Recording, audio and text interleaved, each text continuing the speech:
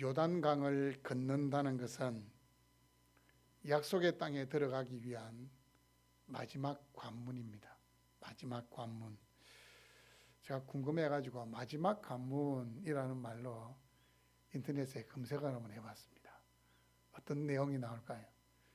제일 앞에 이렇게 나오는 내용이 뭐냐면 마지막 관문, 천자봉 정복, 해병대 전통을 따른다. 네, 해병대가 이렇게 마지막 훈련을 마칠 때에 진해에 가면 천자봉이라고 있습니다.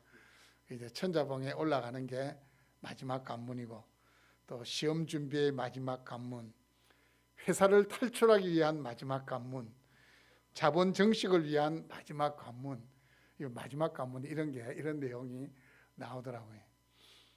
영화를 보시면 이렇게 숨겨진 보물을 찾아가는 이런 영화를 보시면 이렇게 이제 관문을 통과합니다.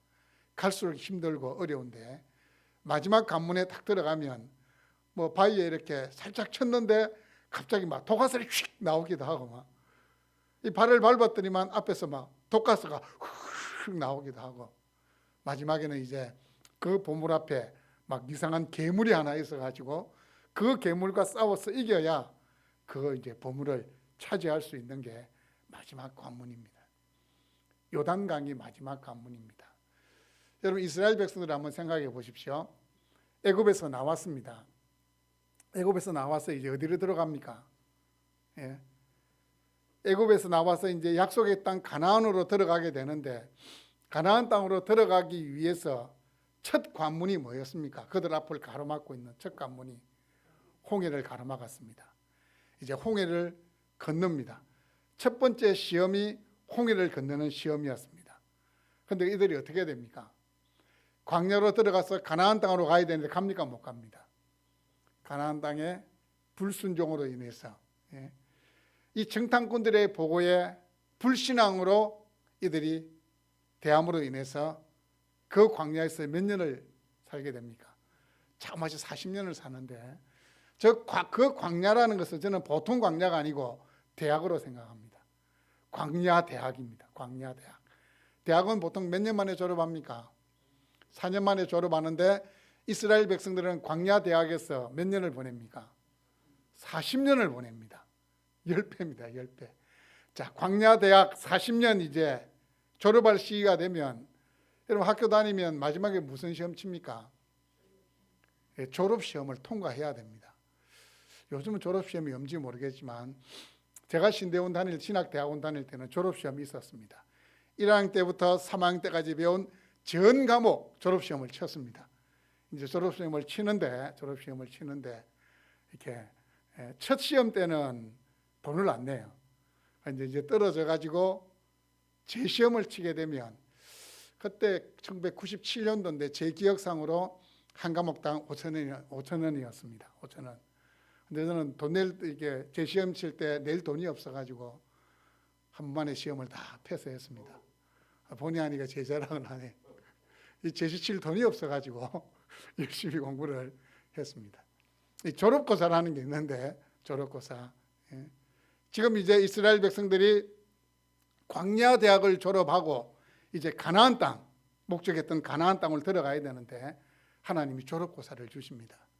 그 졸업고사가 뭡니까? 요단. 그 요단강이 눈앞에 있는 겁니다. 요단강. 이 광야 40년은 이스라엘 백성들이 광야대학에 들어가 가지고 하나님으로부터 율법을 받고 하나님의 백성이 어떻게 사는 것인가를 배우는 거고 애굽에서 묻어있던 그 세속의 때를 완전히 벗겨내는 시간입니다.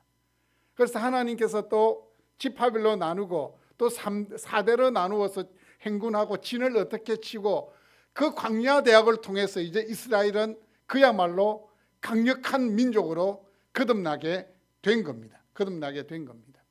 그 기간 동안 무슨 일이 있었습니까? 출애굽할 때 20세 이상이었던 사람들은 다 광야에서 죽고 그들을 40년간 인도했던 모세도 어떻게 되겠습니까? 모세도 이제 죽습니다. 이제 이 요단강이라는 마지막 졸업고사를 앞두고 리더십이 교체가 됩니다. 여호수아가 이스라엘 백성들의 지도자가 됩니다. 자, 이스라엘 백성들이 이제 가나안 땅에 들어가기 위해서 요단강 앞에 섰습니다. 여러분, 이스라엘 백성들이 어떤 마음이겠습니까?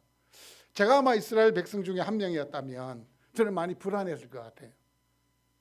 40년간 그들을 이끌었던 모세는 영적인 거장이었습니다. 큰 산이었는데 이제 여호수아로 리더십이 교체가 되고 보니까, 물론 그때 여호수아의 나이도 제가 생각할 때는 한 60, 70, 80 가까이 된, 한 60 넘었던 것 같아요. 나올 때 20세가 넘었던 걸로 계산이 되니까. 그럼에도 불구하고 모세와 비교하면 여호수아는 뭡니까? 아주 어린 자, 경험이 없는 자, 이렇게 생각할 수 있습니다. 그 여호수아와 함께 요단을 이제 건너가야 하는 겁니다. 하지만 하나님께서는 요단강을 어떻게 건너야 될지 이미 여호수아에게 말씀을 주셨습니다. 어떻게 건너가라 말씀을 주셨습니다. 이스라엘 백성들이 할 수 있는 것은 그냥 하나님 말씀에 순종하기만 하면 되는 겁니다. 여러분, 신앙이라는 것은 절충이 아닙니다. 요것 조금 요것 조금 이게 절충시키는 것이 아니고, 신앙은 양자택일입니다. 이걸 선택하든지 아니면 이것을 선택하든지 두 개 다를 선택할 수는 없습니다. 하나님이냐 세상이냐 두 개 중에 하나를 선택하는 것이 바로 신앙입니다. 이것을 하면 저것을 포기해야 됩니다. 가나안 땅으로 들어가라 하나님이 명령하셨기 때문에 중간지대는 없습니다. 들어가든지 아니면 지금 있는 그 광야에 그대로 남든지 두 개 중에 하나를 선택해야 됩니다. 그런데 가나안 땅에 들어가기 위해서는 넘어가야 될 장애물이 있습니다. 마지막 관문이 있습니다. 요단강이라는 관문을 넘어가야 되는데, 여러분 생각해 보십시오. 우리가 신앙생활을 할 때 하나님이 어떤 일에 대해서 순종을 요구하십니다. 그런데 순종을 요구하실 때는 제 경험상으로는 항상 장애물이 있어요. 내가 포기해야 될 것을 포기해야 되든지 내가 손해를 보든지 어쨌든 하나님이 장애물을 두시는 거예요. 그런데 그 장애물은 어떻게 해야 넘어갈 수 있습니까? 순종해야 됩니다. 순종해야 넘어갈 수 있습니다. 여러분, 이스라엘 백성들의 가나안 입성을 막고 있던 이 요단강을 영적으로 생각하면 이 요단강이 뭐겠습니까? 영적으로는 뭡니까? 자, 영적으로는 가나안 땅을 우리 천국이라고 합니다. 그럼 이 요단강은 뭘까요? 죄와 사망이 바로 이 요단강입니다. 요단강. 성도들의 천국 입성의 절대적인 장애 요인인 죄와 사망이 영적으로 보면 요단강입니다. 우리는 그때 농담으로 그렇게 이야기합니다. 근데 그러다가 요단강 건너간다 이렇게 이야기하는데, 요단강은 또 이제 죽음으로 이렇게 사람들이 생각하기도 하지만, 영적인 의미에서 보면 죄와 사망이라는 절대적인 장애물이 바로 이 요단강입니다. 여러분, 죄와 사망의 문제를 해결하지 않고는 천국에 들어갈 수 있습니까? 없습니까? 절대로 들어갈 수 없습니다. 마찬가지로 이스라엘 백성들도 그 요단강을 건너지 않고는 가나안 땅에 들어갈 수가 없습니다. 그런데 15절 말씀해 보시면 요단이 곡식 거두는 시기에는 항상 언덕에 넘쳤더라 이렇게 말씀하는데, 여러분 이스라엘 가보신 분은 아실 겁니다. 지금 요단강은 그렇게 강폭이 넓고 수심이 깊지를 않을 겁니다. 제가 이렇게 이제 자료를 찾아보니까 평상시에는 요단강 수심이 한 1m 정도, 한 요 정도는 1m 정도밖에 되지 않는 수심에다가 강폭도 한 30m 정도. 여러분 수심 1m, 강폭이 30m면 어떻게 되겠습니까? 그냥 걸어가면 돼요. 그냥 아이들 목마 태워가지고 그냥 이렇게 걸어서 건너면 됩니다. 그런데 성경이 오늘 15절 말씀해 보니까 뭐라고 그랬습니까? 요단이 곡식 거두는 시기에는 항상 넘쳤더라.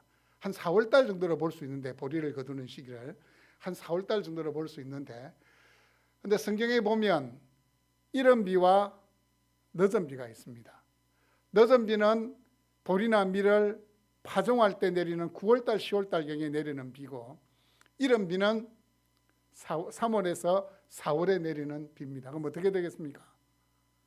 그 비가 내리기 시작하면 요단 강물이 차오르기 시작하고 또한 3월, 4월 달쯤 되면 헐몬산에 있던 그 만년설이 또 녹아내립니다.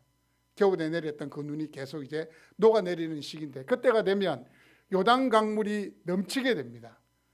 그럼 이제 강물의 깊이가 어느 정도 되느냐? 한 3, 4m까지 강물이 차오르게 되고 또 강폭은 수십 배로 넓어집니다. 자료를 찾아보니까 가장 넓어지는 곳은 강폭이 1.6km까지 강폭이 넓어진답니다. 자, 그럼 어떻게 되겠습니까? 그렇게 건너갈 수 있겠습니까? 뿐만 아니고 여러분 비가 많이 오거나 물이 불어나면 이 물의 속도가 빨라집니까? 어떻게 됩니까? 엄청나게 빨라집니다. 물의 속도가 빨라집니다. 그래서 그 시기가 되면 배를 가지고 요단강을 건너가는 것도 쉽지 않대. 노를 저어 물이 막 흘러가니까 흐르는 시내를 갖다가 냇가를 노를 저어서 걷는다고 생각해 보십시오.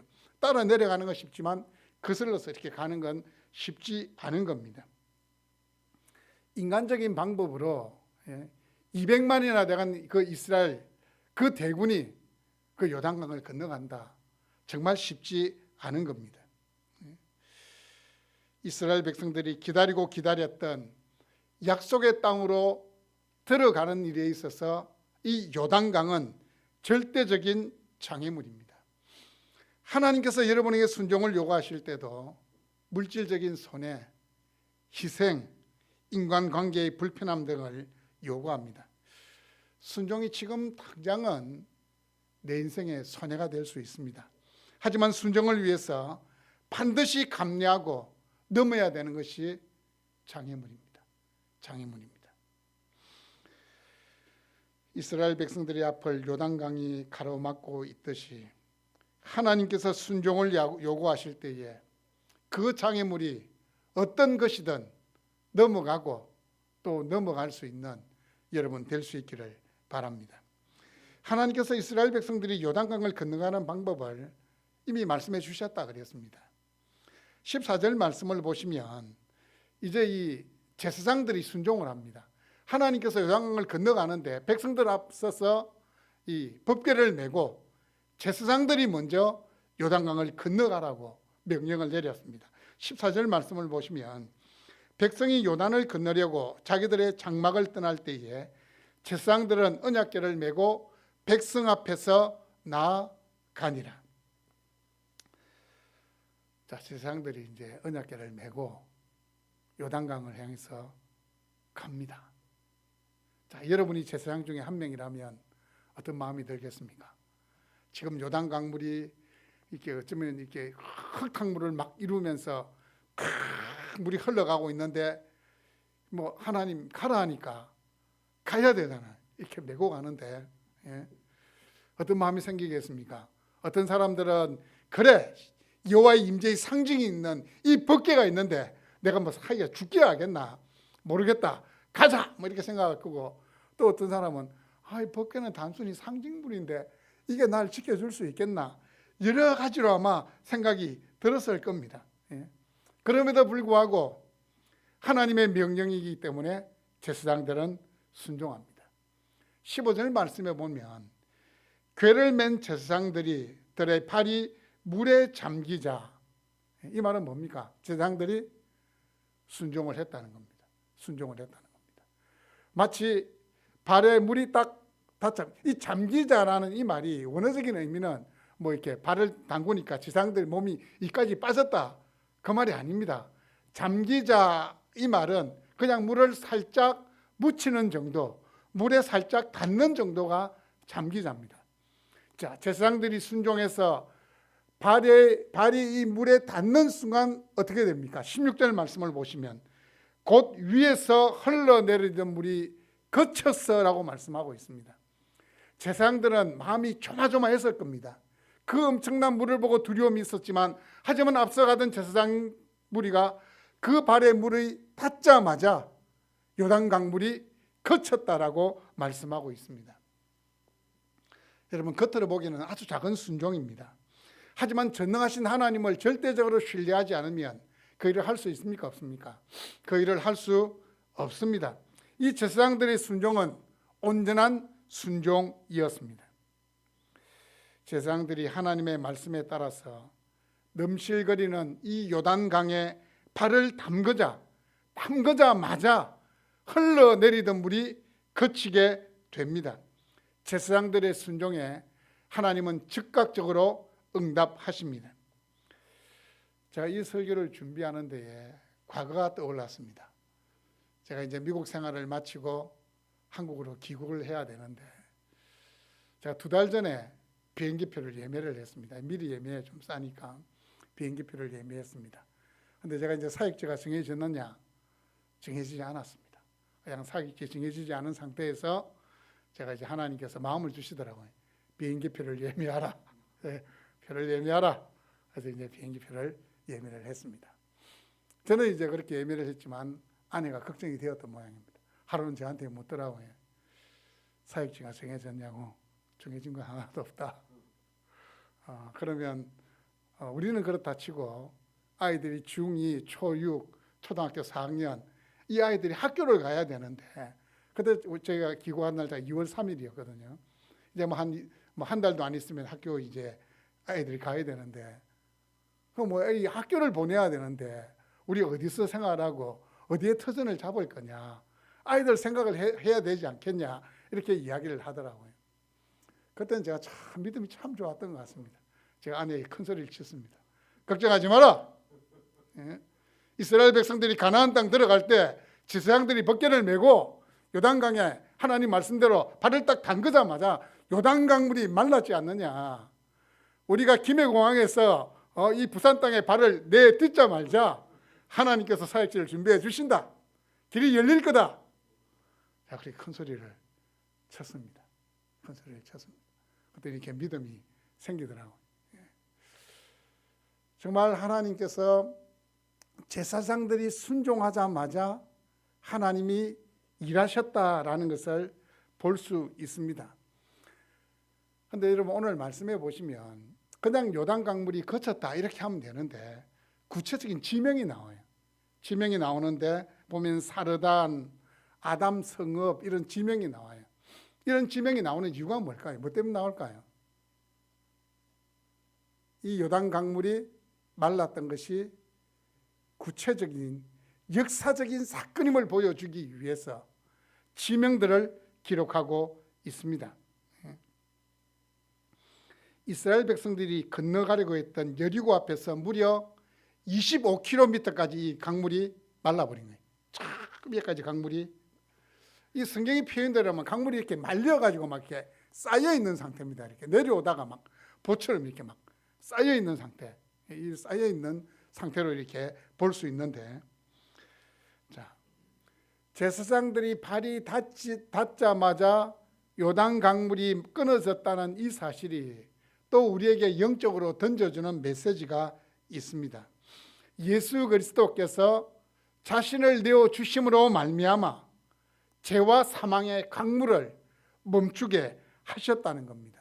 이 요단 강물이 말랐다는 것은 제사장들이 하나님의 이 임재의 상징인 벗개를 가지고 이 요단강에 들어갔을 때에 그 강물이 말랐다는 것은 우리 주 예수 그리스도로 말미암아 죄와 사망의 이 물이 끊어지게 될 것을 예표하는 것이 바로 이 사건입니다. 여러분, 예수 그리스도께서 우리를 위해 죽으심으로 말미암아 우리 앞에서 죄와 사망의 물결은 사라지게 되었습니다. 우리 주 예수 그리스도께서는 언약궤가 요단강물로 들어간 것처럼 이 세상에 사람이 되어 오셔서 정죄를 받아 십자가에 못 박혀 죽으셨습니다. 하지만 사망 권세를 이기시고 부활하심으로 말미암아 그를 믿는 자들이 죄와 사망의 강물을 건너서 영적인 가나안, 천국에 들어갈 수 있는 길을 열어주셨습니다. 죄와 사망의 상징인 요단강을 건너 천국에 들어갈 수 있는 길은 딱 한 가지밖에 없습니다. 그래서 우리는 우리 주 예수 그리스도를 그냥 구원자라 부르지 않고 유일한 구원자 그렇게 부릅니다. 십자가와 죄로 사망을 도말하시고 부활하여 생명의 주가 되신 예수 그리스도를 나의 구주, 나의 하나님으로 믿는 것이 유일한 구원의 길입니다. 다른 방법 없습니다. 다른 길이 없습니다. 다른 구원은 없습니다. 오직 우리 주 예수 그리스도밖에 없습니다. 이스라엘 백성들이 요단강을 건너 가나안 땅에 들어갔듯이 우리는 우리 주 예수 그리스도로 말미암아 하나님께로 갈 수 있습니다. 요한복음 14장 6절입니다. 내가 곧 길이요 진리요 생명이니 나로 말미암지 않고는 아버지께로 갈 자가 없느니라 라고 말씀하셨습니다. 사랑하는 여러분, 우리가 믿음의 길을 걸어가는 동안 하나님이 때로는 순종을 요구하십니다. 그 순종에 때로는 장애물이 가로막고 있을 것입니다. 장애물을 두려워하지 않고 순종의 발걸음을 옮길 때마다 하나님의 일하심을 보게 될 것입니다. 온전한 순종이 역사를 일으킵니다. 여러분 17절 말씀을 한번 보십시오. 여호와의 언약궤를 맨 제사장들은 요단 가운데 마른 땅에 굳게 섰고 그 모든 백성이 요단을 건너가기를 마칠 때까지 모든 이스라엘은 그 마른 땅으로 건너갔더라. 이게 무슨 말씀입니까? 요단강에 제일 먼저 발을 내딛는 사람은 누구였습니까? 제사장들인데 제사장들의 발이 닿자마자 요단강물이 말랐고, 그리고 제사장들은 보니까 좀 더 진행해가지고 아마 요단강 딱 중앙에 벅대를 메고 서 있었습니다. 언제까지요? 백성들이 다 지나갈 때까지 서 있었습니다. 제일 먼저 들어갔고 제일 마지막에 요단강에서 나온 겁니다. 그러면 이게 뭘 상징합니까? 뭘 상징합니까? 하나님이 이스라엘 전체를 보호하시고 인도하신다는 사실을 딱 요단강 중앙에 있어서 백성들이 건너갈 때까지 제사장들은 그 자리를 지키고 있는 겁니다. 여러분, 이 이스라엘 백성들이 평안한 마음으로 이 요단강을 건너갈 수 있었다는 것은 이 제사장들의 헌신이 있었기 때문입니다. 제사장들을 딱 지키고 서 있는데 누가 무섭겠습니까? 강물이 말라가 저 멀리 저 강물이 마른 게 모습이 보이더라도 제사장들이 지키고 있는데 건너가는 겁니다. 그런데 제가 제사장의 입장이라면 살짝 두려울 것 같아요. 왜냐하면 애굽의 이야기를 들었잖아요. 애굽 군사의 이야기를 들었잖아요. 홍해의 강물이 갈라져 있다가 이스라엘 백성들이 건너가고 애굽 군사들이 건너올 때 다시 애굽 군사가 수장되었다는 거. 저 멀리 말려있는 그 강물이 다시 나갈 때까지 말려 있어야 되는데 어쩌면 살짝 두려움이 생길 수도 있을 겁니다. 그런데 오늘 말씀에 보면 제사장들은 어떻게 해요? 굳게 서 있더라. 굳게 섰고, 굳게 섰다는 말이 뭡니까? 한치의 흐트러짐도 없이 딱 자리를 잡고 있는 겁니다. 보통 이제 이렇게 우리나라 경복궁 같은 데 보면, 경복궁은 이제 주말에 보면 이렇게 딱 지키고 있는 사람이 있는데, 여러분 그 모습이 어떻습니까? 진짜 마네킹이 서 있는 것처럼 꼼짝하지 않고 딱 서 있는 모습인데, 아마 이 굳게 섰고 이 말이 제사장들이 한치의 흐트러짐도 없이 하나님이 하신다, 그 믿음을 가지고 서 있는 겁니다. 언제까지요? 백성들이 건너갈 때까지 서 있는 겁니다. 서 있는 겁니다. 그럼 이스라엘 백성들의 이 전체의 수가 한 200만 명 이렇게 이야기하는데, 그런데 이미 요단강 동쪽에 갓, 르우벤, 므낫세 반 지파는 이렇게 자신의 땅을 분배를 받았습니다. 요단강 건너기 전에 땅을 분배를 받았습니다.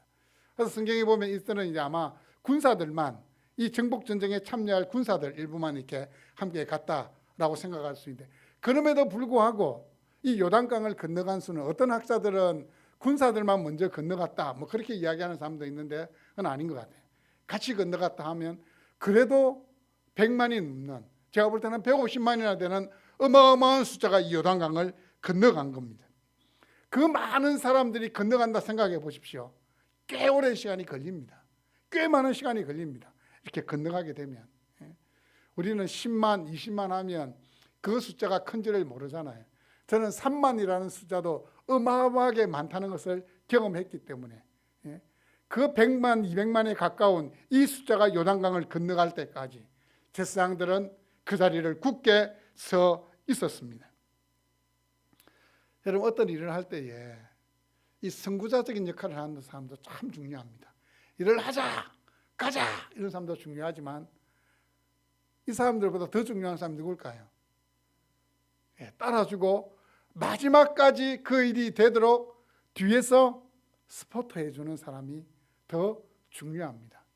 이 좋은 교회가 되려면 앞에서 가자 이런 사람도 있어야 되고 뒤에서 마지막까지 스포트하고 마지막까지 이 일이 될 수 있도록 마무리 지어주는 사람이 정말로 중요합니다. 그래서 저는 이제 우리 교회가 계속해서 성장하면서 앞에서 일하는 사람도 있어야 되지만 뒤에서 정말 마무리를 지어주고 정말 이름 없이 빚도 없이 섬길 수 있는 사람들이 많이 나왔으면 좋겠다, 그런 생각을 하게 됩니다. 그런데 여러분, 요즘 이 시대 상황을 보면 이 사람들이 손에 안 보려고 합니다. 손에 안 보려고 해요. 그래서 요즘 이제 우리 아들 세대 보면 저희 때만 하더라도 만약에 친구가 밥을 산다면 어떻게 합니까? 신발끈이 풀렸네. 신발끈 묶고 그렇게 안 하잖아요. 우리 때만 하더라도 서로 야, 오늘 밥값 내가 낸다 이렇게 먼저 냈는데 요즘은 안 그렇더라고요. 그래, 내가 계산할 테니까 n분의 1로 우리 단톡방에 내가 딱 올리면 바로 카카오페이로 나한테 돈 보내라, 이렇게 되는 겁니다. 이게 요즘 시대입니다. 요즘 시대.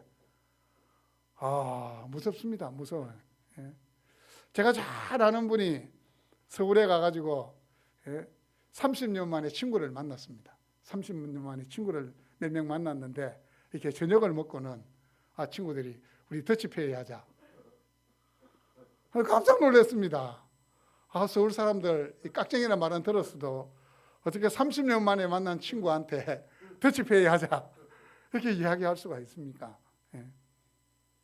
그런 세대가 되어버렸습니다. 이 말은 손해보는 거 진짜 싫어하고 또 무슨 일을 하면 자신의 얼굴이 나오는 걸 좋아하지 자신의 얼굴 나오지 않는 것 별로 안 좋아합니다. 요즘 여성교회도 모임을 가지면 이렇게 설거지를 한다든지 청소를 한다든지 이런 걸 별로 안 좋아한대요. 그래서 서로 막 눈치만 본대요. 눈치만 보고 막 네가 해라 내가 해라, 아이고 허리야 오늘따라 왜 허리가 아프노 막 이렇게 이야기하고 네가 해라 내가 해라. 근데 중요한 건 여러분, 저는 그렇게 생각합니다. 마지막까지 희생하는 자를 하나님께서는 복 주신다. 하나님께서 그분들을 기억하신다. 저는 그렇게 생각합니다. 시대적인 분위기 때문에 마지막까지 자신을 희생하려고 하는 사람들이 적을지라도 여기 있는 여러분은 마지막까지 자신을 희생할 수 있기를 바랍니다. 마지막까지 여호와의 법궤를 메고 그 요단강 한가운데 굳게 섰던 제사장들처럼 말입니다. 사랑하는 여러분, 믿음으로 살아가는 우리의 앞길이 대로와 같이 열려지면 좋겠지만 하지만 그 길에는 장애물이 있을 수 있습니다. 그 장애물을 넘어가야 우리의 믿음이 더 깊은 단계로 나아가게 됩니다. 장애물을 장애물로 보지 마시고 나를 더 깊은 순종으로 인도하시는 하나님의 지름길로 생각하십시오. 여러분, 이 산에 등산을 가보면 지름길은 항상 뭡니까? 가파르고 험한 게 지름길입니다. 하나님께서 나에게 순종을 요구하시는데 장애물이 있으면 하나님이 나를 지름길로 가게 하시는구나, 그렇게 생각하시면 됩니다. 순종을 요구하시는 하나님의 부름에 순종해 보십시오. 순종은 내 마음속에 일어나는 생각들과 반항의식을 내려놓고 하나님의 말씀대로 따르는 것이 순종입니다. 하나님의 말씀대로 따르는 것이 순종입니다. 내 생각에는 그 방법보다는 지금 이 시대에 그 방법은 아니지, 이 방법이 더 낫지가 아니고 여호와께서 말씀하신 대로, 성경이 말씀하신 대로 따르는 것이 바로 순종이라는 겁니다. 그 모든 생각을 내려놓고 하나님이 말씀하신 대로 따르는 겁니다. 흙탕물이 널찍거리는 요단강에 언약궤를 맨 제사장들이 두렵고 떨림으로 발걸음을 내디딘 것처럼 마음에 두려움이 있고 작은 의심들이 생겨나지만 그럼에도 불구하고 믿음으로 발걸음을 내디디십시오. 그게 이 작은 순종이고 소심한 순종 같지만 하나님은 그 순종을 귀하게 보십니다. 이스라엘 백성들이 요단강을 건너갔다는 것은 배수의 진을 친 겁니다. 이제 건너가게 되면 어떻게 됩니까? 다시는 이제 건너오지 못합니다. 건너가가지고 그곳에서 이제 결판을 봐야 됩니다. 하나님께서 주신 그 땅을 차지해야 되는 겁니다. 목숨 걸고 차지하든지 아니면 가서 항복하든지 두 개 중에 하나를 해야 됩니다. 그들에게 선택권은 없습니다. 그들에게 선택권이 있다면 하나님의 명령에 끝까지 순종하는 겁니다. 여러분, 우리도 이미 요단강을 건넌 자들입니다. 여러분, 이미 죄와 사망의 그 강물을 이미 넘어왔습니다. 더 이상 우리는 넘어갈 수 없습니다. 이제 하나님의 백성으로서 이제 여기서 사생결단하고 나아가야 되는 겁니다. 더 이상 이제 요단 강가에서 요단강을 뒤로 돌아보면서 마음을 졸일 필요가 없습니다. 우리 대장 되시는 예수께서 우리 앞서 가고 계시기 때문입니다. 이스라엘 백성들이 요단강을 다 건널 때까지 함께 하신 그 하나님께서 여러분의 인생길에 함께 하십니다. 제사장들이 요단강 한가운데 서 있을 수 있었던 것은 이 제사장들의 마음에 믿음이 있었습니다. 하나님이 함께 하신다. 전능하신 하나님이 함께 하신다는 그 믿음이 있었습니다. 윌리엄 와이팅 보던이라는 선교사님이 그가 가진 성경책에 세 단어를 적었습니다. 제가 이 글을 읽는데 마음에 막 도전이 되는 겁니다. 남김없이, 후퇴 없이, 후회 없이. 뭐라고요? 남김없이, 후퇴 없이, 후회 없이. 여러분, 이 말을 들으니까 좀 뭐가 오는 게 없습니까? 저는 이거 보는 순간 막 마음에 감동이 오던데요. 선교사가 적은 말이에요. 자신의 성경책 제일 표지 안장에다가 남김없이, 후퇴 없이, 후회 없이. 누구를 위해서요? 하나님 위해서. 하나님 위해서. 사랑하는 여러분, 여러분의 인생길에 어떤 장애물이 있든지 흔들리지 말고 남김없이, 후회 없이, 후퇴 없이 하나님을 위하여 여러분에게 주어진 믿음의 길을 담대히 걸어갈 수 있기를 주님의 이름으로 축복합니다. 아멘.